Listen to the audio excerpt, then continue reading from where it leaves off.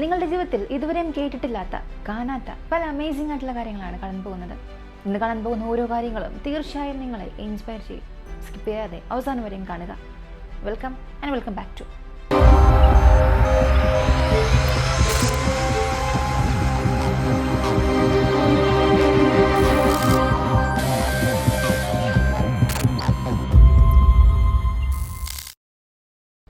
വീഡിയോയിലേക്ക് പോകുന്ന മുമ്പായി നിങ്ങളുടെ സമയം 2 സെക്കൻഡ് എനിക്ക് വേണ്ടി മാറ്റിവെച്ച് ഈ വീഡിയോയ്ക്ക് ഒരു ലൈക്ക് തരിക. നിങ്ങൾ തരുന്ന ലൈക്കും കമൻറ്റുമായിരിക്കും ഈ ഒരു വീഡിയോ മറ്റുള്ളവരിലേക്ക് എത്തിക്കാൻ സഹായിക്കുക. മറക്കാതെ ചാനൽ സബ്സ്ക്രൈബ് ചെയ്യുക. സൂപ്പർ ഹീറോ, സൂപ്പർ പവർ എന്നത് വെറും കോമിക്കായി സാങ്കല്പികമായി മാത്രമേ നമ്മൾ കരുതിയിട്ടുള്ളൂ, സിനിമകളിൽ മാത്രമേ കണ്ടിട്ടുള്ളൂ. എന്തുകൊണ്ടത് റിയൽ ലൈഫിൽ മനുഷ്യരുടെ ഇടയിൽ കാണില്ല? തീർച്ചയായും കാണും. അതിന് നല്ലൊരു ഉദാഹരണമാണ് വെറോണിക്ക എന്ന ഈ ഒരു പെൺകുട്ടി. ഇവളുടെ പക്കലുള്ള പവർ കേട്ടാൽ നിങ്ങൾ തന്നെ ഞെട്ടും. കാരണം സാധാരണ നമ്മുടെ മനുഷ്യർക്കുള്ള കാഴ്ചശക്തിയെക്കാട്ടിലും ഇവൾക്കുള്ള കാഴ്ചശക്തി 220 ടൈംസ് പവർഫുൾ ആയിരിക്കും. കുറച്ചുകൂടെ വ്യക്തമായി പറയുകയാണെങ്കിൽ ഈ പെൺകുട്ടിയെ കൊണ്ട് 1.6 കിലോമീറ്റർ ദൂരത്തിൽ നിന്നും നടന്നു വന്നുകൊണ്ടിരിക്കുന്ന ഒരു മനുഷ്യനെ വളരെ വ്യക്തമായി അയാൾ ആരാണ് എന്നുള്ളതുൾപ്പെടെ പറയാൻ കഴിവുള്ള രീതിയിൽ കാഴ്ചശക്തിയുണ്ട്. ഇത് കേൾക്കാൻ തന്നെ അത്ഭുതമായി തോന്നുന്നു അല്ലേ? അടുത്ത കാര്യം കേട്ടാൽ തീർച്ചയായും നിങ്ങൾക്കൊരു തമാശയായി തോന്നും. പക്ഷെ അതാണ് സത്യം. ഡെന്റിസ്റ്റ് ഇതുപോലുള്ള കാര്യങ്ങൾ മാക്സിമം അവോയ്ഡ് ചെയ്യണമെന്നും അഡ്വൈസ് ചെയ്യുന്നുണ്ട്. അതായത് നിങ്ങളുടെ വീട്ടിലുള്ള ചെറിയ കുഞ്ഞുങ്ങളായാലും അല്ലെങ്കിൽ പുതുതായി ജനിച്ച കുഞ്ഞുങ്ങളായാലും നിങ്ങളുടെ കാമുകന്മാരായാലും ഒരിക്കലും അവർക്ക് മൗത്ത് ക്വിസ് ചെയ്യരുത്. കാരണം അങ്ങനെ ചെയ്യുന്നത് കൊണ്ട് നമ്മുടെ വായ്ക്കുള്ളിലെ ബാക്ടീരിയ അത് വളരെ എളുപ്പത്തിൽ അവരുടെ വായ്ക്കുള്ളിലേക്ക് പോകും. അങ്ങനെ പോകുന്നത് വഴി അവരുടെ പല്ല് ഡാമേജ് ആകും. അവരുടെ പല്ല് മോശമായി പോകാനുള്ള സാധ്യത കൂടുതലെന്ന് പറയുന്നു. അതും പുതുതായി ജനിച്ച കുഞ്ഞുങ്ങൾക്ക് മൗത്ത് ക്വിസ് ചെയ്യുന്നത് അവോയ്ഡ് ചെയ്തിട്ട് അവരുടെ കവിളിൽ ഉമ്മ കൊടുക്കുന്നത് ബെസ്റ്റ് ആണെന്നും ഡോക്ടേഴ്സ് പറയുന്നു.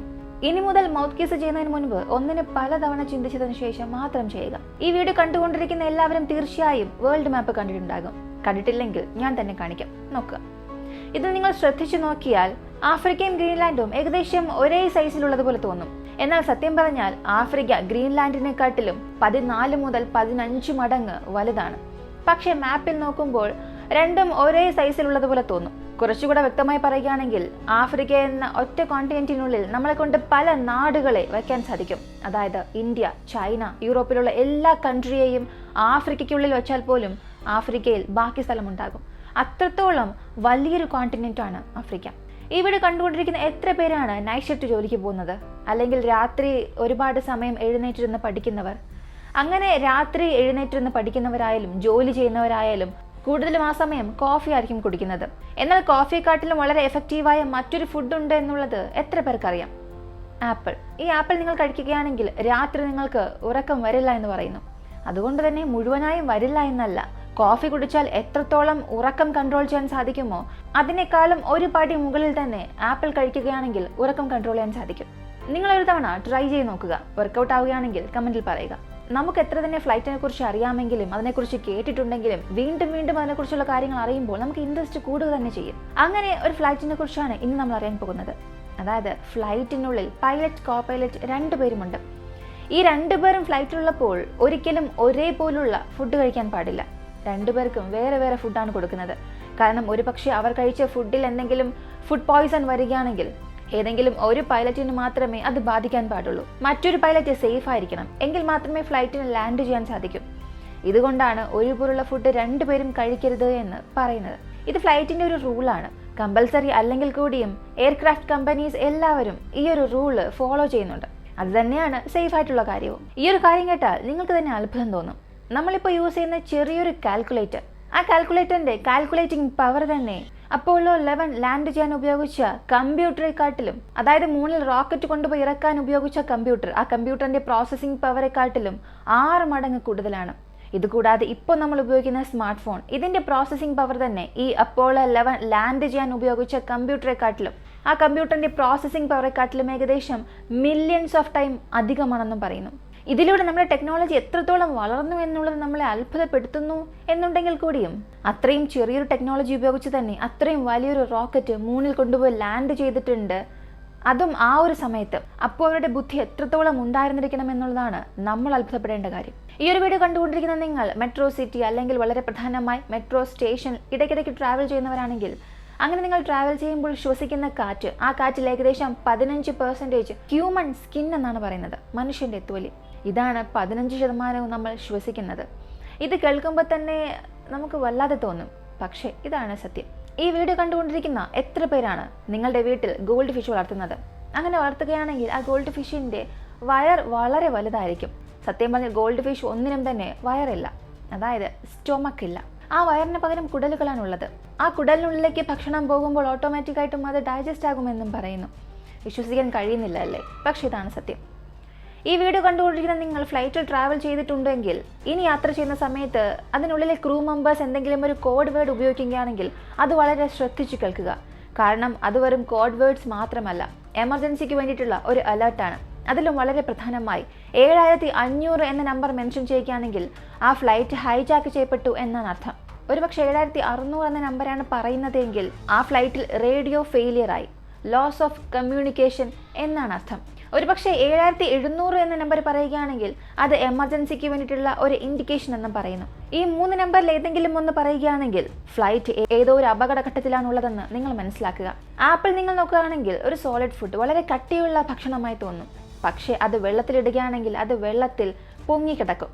കാരണം ആപ്പിളിൽ ഏകദേശം 25% എയർ മാത്രമാണുള്ളത്. അതുകൊണ്ടാണ് വെള്ളത്തിലിടുന്ന സമയം അത് പൊങ്ങിക്കിടക്കുന്നത്.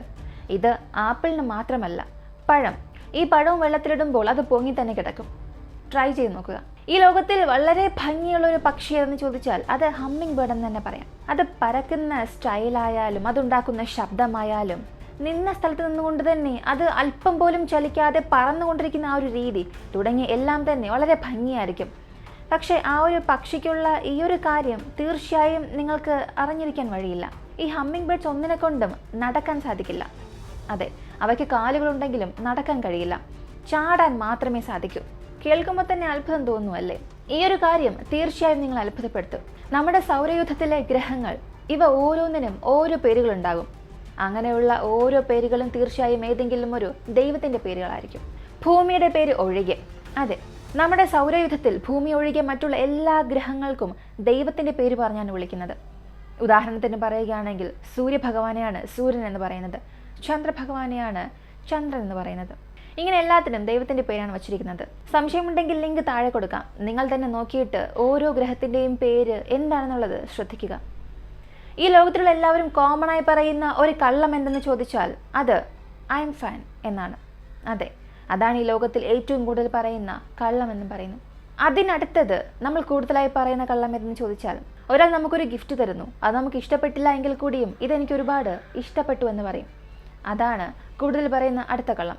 അടുത്തത്, താൻ ബിസി അല്ല എങ്കിൽ കൂടിയും ബിസി ആണ്, ഇത് ചെയ്തുകൊണ്ടിരിക്കുന്നുവെന്ന് കള്ളം പറയും.